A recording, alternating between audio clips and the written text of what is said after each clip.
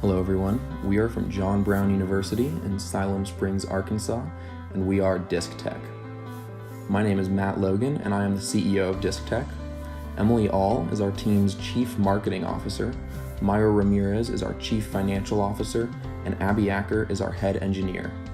Disc Tech is a company whose goal is to create training products for ultimate Frisbee players and teams that give them a competitive edge over their opponents. The idea began with our head engineer, Abby Acker. As an ultimate Frisbee player, Abby has been able to see how quickly the sport is growing, with youth leagues, college teams, and club teams participating across the country and around the world. As a largely unofficial sport, the products designed specifically for ultimate Frisbee are few. There aren't any tech products to help with practices and drills, or to help individual Frisbee players develop their skills. One day at practice, Abby observed a teammate throwing the Frisbee into the wind by herself. Abby thought to herself, wouldn't it be cool if there was a machine that helped someone practice their throws on their own? Then she realized that as an engineer, this was something that she could design. She pitched the idea to the school's engineering department and began creating the first prototype. That prototype was a machine that can automatically launch an ultimate Frisbee accurately and consistently. Abby pitched this product to the business department in hopes of finding a team to market her product. Recognizing that ultimate Frisbee participation is growing at nearly 8% per year, and that most other major sports have automatic training devices, we saw viability in this product, and Myra, Emily, and I agreed to partner with Abby and her team of engineers. So what makes the ultimate Frisbee market so appealing?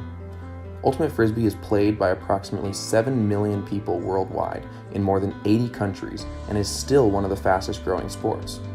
Ultimate Frisbee has been expected by many to be added as an Olympic sport in the near future and has become extremely popular on college campuses with more than 18,000 participants on over 800 competitive college teams.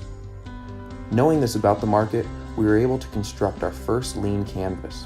Our customer segments included the highly competitive parts of the 7 million worldwide players. This included collegiate, club, and professional teams.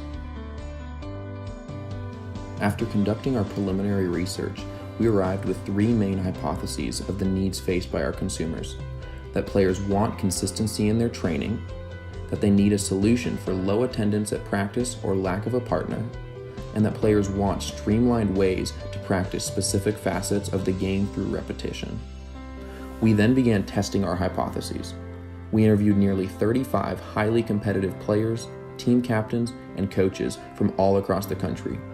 We asked them questions that would give us greater insight into their training habits and struggles, being careful not to simply tailor their problems to our product. Our hypotheses resonated with some of the interviewees, but overall we saw a clear need to pivot. From our interviews, we were able to create new, more informed hypotheses. We found that training for catching isn't as necessary as we thought, but that throwing and defense are the main skills focused on. We also found that some players practice on their own through playing Frisbee golf or just doing physical exercise. This clearly limits the scope of their practice. From this, we concluded that our product must be able to function independently and allow players to practice their throws. From our interviews, we also determined that our product must be portable, as ultimate Frisbee teams generally do not have permanent training locations. The launcher must also be able to throw the Frisbee almost the width of the field, which is approximately 40 yards, as this is the common pass distance in ultimate Frisbee. Using our new hypotheses, we were able to design our minimally viable product, or MVP for short. Our MVP design was a product that can independently catch a Frisbee, load it, and launch it at least 75 feet. It will have a stand that allows it to adjust the angle at which it throws the disc and will rotate within a 90-degree window to add variety in throws. Our unique value proposition is that no similar training products currently exist in the market, and our unfair advantage will be that we will soon file for a provisional patent as we begin manufacturing. Our engineering team has estimated that the material cost for this prototype will be around $500. With our MVP already designed, we are ready to pitch our product to the market. In conducting solution interviews with our customer segments, we found that there was an overall lack of enthusiasm about our product. The majority of interviewees said that they would not buy this product and did not believe that it would have enough of a benefit for their team to justify purchasing our product. During our interviews, we asked who funded the teams. Many of the college students said that they did not get any or received very little financial support from the university and that they had to raise funding themselves. The competitive club teams had similar answers and said that many of them paid a fee in order to be able to play. Most teams couldn't envision spending more than $500 on this, which is already less than our marginal cost of production. Based on this evidence, we decided to start looking for other markets where our product could be used. Noticing recent trends in dog parks and the increased spending on pets, we decided to dig a little deeper into the dog market. Here are our findings.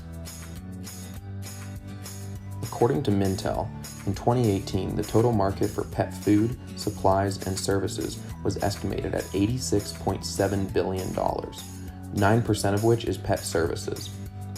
IBISWorld stated that the pet grooming and boarding industry in the US has $8 billion in revenue and $967 million in profits annually.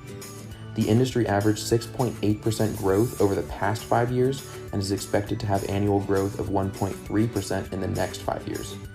Even though disposable income is what drives this market, IBISWorld mentioned that the industry has proven to be somewhat immune to downturns in the economy.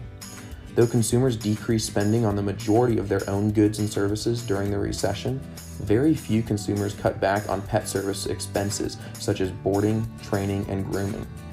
Because of this inelastic demand from pet parents, the industry has grown and will continue to grow. An example of this is that pet groomers are increasingly providing luxuries like pet cologne. Pet boarders have also introduced deluxe hotel suites equipped with TVs, webcams for owners to observe their dogs, and training services, among other amenities. Because this industry offers luxury amenities to their consumers, we believe that the pet boarding market and overall pet market are lucrative segments that will resonate with our Frisbee launcher, as it is something that will allow dogs to get exercise by launching Frisbees for them to run after. More than 60% of pet owners consider their pets as family members and treat their pets like a child. There's a strong demand among pet parents for more luxury goods and services for their pets. Moving forward, we will be targeting pet owners aged 30 to 49 and 50 to 64 because they have the most disposable income among pet owners.